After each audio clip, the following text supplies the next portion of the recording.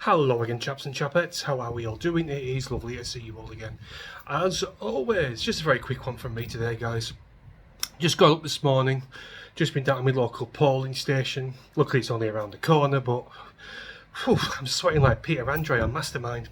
Really, really hot out there, even at 11 o'clock in the morning. But anyway, regardless to all that, went down to the polling station. And it was to be expected, guys. I was umming and ahhing whether to vote reform, but then again I looked at the polling card and there was no other option for me. Liberal Democrats, no. Labour, no. Conservatives, no. And there's reform right at the bottom there. I could have just torn it up and just walked back home, but that would have been a waste of time. And I don't really believe, anymore anyway, I used to.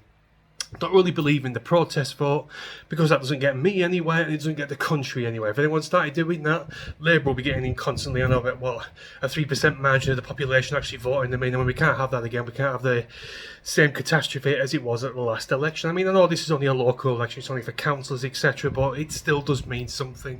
If you have Labour-led councils, well, just ask Rotherham, Telford, that kind of a place, what happens under a Labour council. So yeah, anyway, I was stood in... excuse me, guys. Stood outside the polling station, talking to this old fella. Talking about the state of the country. Obviously, he must have been in his late 70s. He was knocking on, and he was doing well for a person of his age, darting around place on a walking stick. He wasn't a slow poker out like that. Chatting to him away, talking about the state of the country, how many changes there's been, general cliche conversation you have with an old person.